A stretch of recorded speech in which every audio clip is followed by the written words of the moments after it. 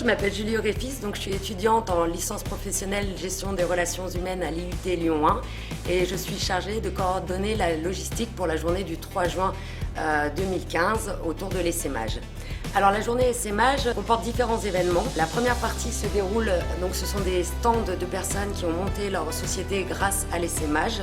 Il y a ensuite toute une partie avec de nombreuses conférences toujours sur le thème de l'essaimage. Et le soir, il y a une pièce de théâtre autour de la création d'entreprises au théâtre de Villeurbanne. L'essaimage, c'est quand un salarié décide de monter sa propre entreprise et que pour cela, il est aidé par son employeur. Il garde toutefois la possibilité de revenir dans son entreprise d'origine si jamais il décide d'abandonner son projet. Alors si je suis là, c'est à plusieurs titres. Déjà, parce qu'en termes de valeurs, je crois qu'il y a un partage de valeurs avec les organisateurs de cette manifestation, EDF, Pierre Roset, Corentin Bessot et toutes les personnes qui ont œuvré autour de ce magnifique événement.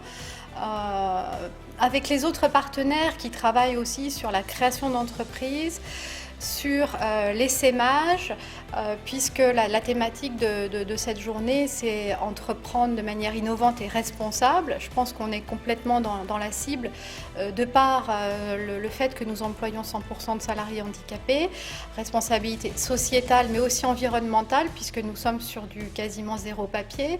Donc première raison, c'est ce partage de valeurs.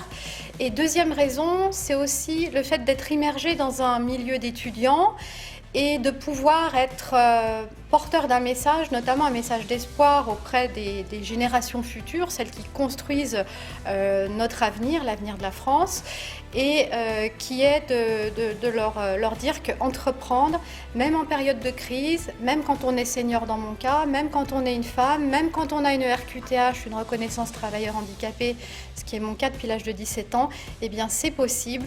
Donc le seul moteur dont ils ont besoin, c'est leur dynamisme, leur courage et leur volonté, et qu'avec ça, ils y arriveront.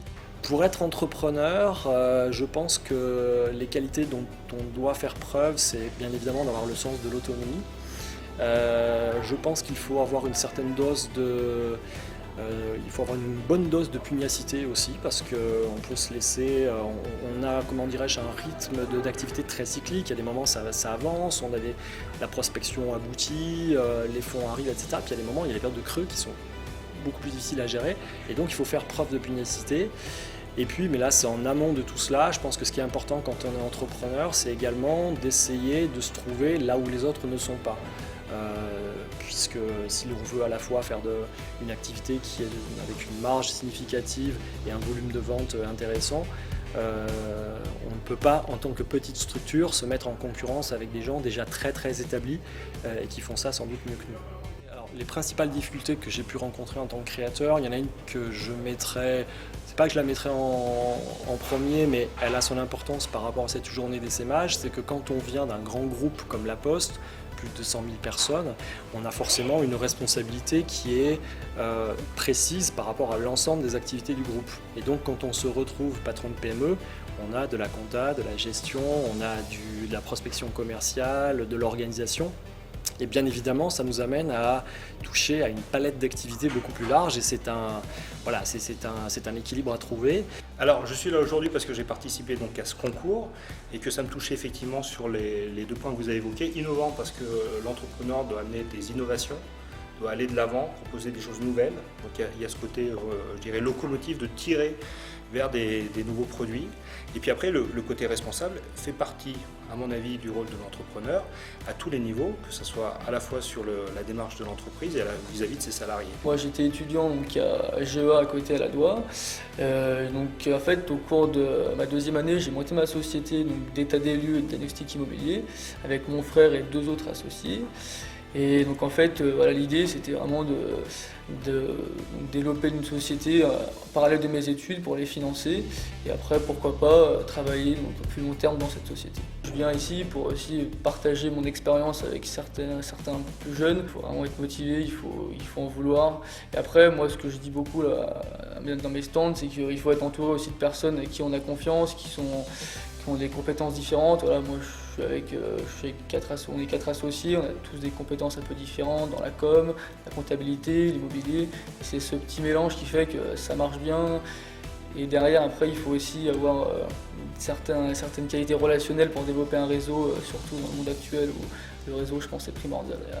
Surtout qu'il y a des gens compétents autour de nous, il faut y croire, il faut se lancer, et peu importe, même si ça échoue, c'est toujours une belle expérience. Moi, j'ai vraiment vécu quelque chose de super intéressant durant mes années d'IUT, où j'ai pu développer ma société, apprendre les connaissances théoriques nécessaires, faire le mélange des deux, c'était vraiment super. Donc voilà, j'encourage les jeunes à créer. J'ai été mobilisée sur cette journée par Pierre Rozet et l'IUT Lyon 1, les étudiantes, à double titre.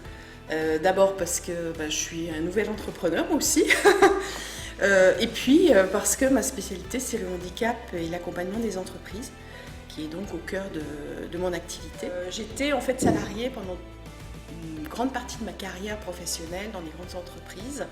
Et pour moi, l'entrepreneuriat, il s'est révélé comme une vraie piste et une vraie envie il y a assez peu de temps finalement. Donc pour moi, devenir entrepreneur, c'est une réalité de mon quotidien depuis très peu d'années. Et c'est bien parce que mon sujet, les activités que je voulais développer étaient liées à l'innovation sociale, à la place de la personne handicapée dans l'entreprise, que le projet de devenir entrepreneur est né. L'entrepreneuriat pour avoir une action concrète sur le terrain, pour permettre à chacun de trouver sa place, que ce soit pour le handicap ou pour d'autres sujets, mais moi il se trouve que ma compétence elle est sur le handicap, c'est pour moi le sens que je veux donner à mon parcours professionnel aujourd'hui. Donc oui, je trouve que cette journée, cette thématique font vraiment écho à mon quotidien d'entrepreneur et je trouve que c'est très important de porter ce message auprès des jeunes, auprès des étudiants. Et je suis d'ailleurs assez surpris pour en croiser souvent qu'ils mettent dans leur projet d'entrepreneuriat souvent le sens, l'éthique est important et doit être une des composantes de leur projet.